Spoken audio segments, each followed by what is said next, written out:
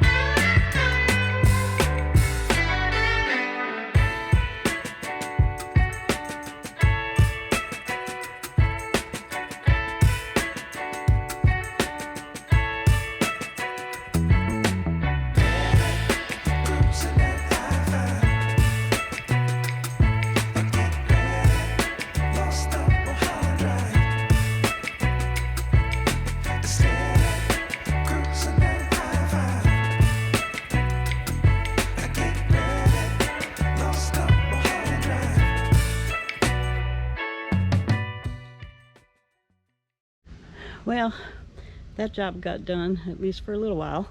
The fan is in and things are working again. So please like, share. We're still about 3 members short of getting to 100. So pass this along, try and get somebody to subscribe, and we'll see you next week.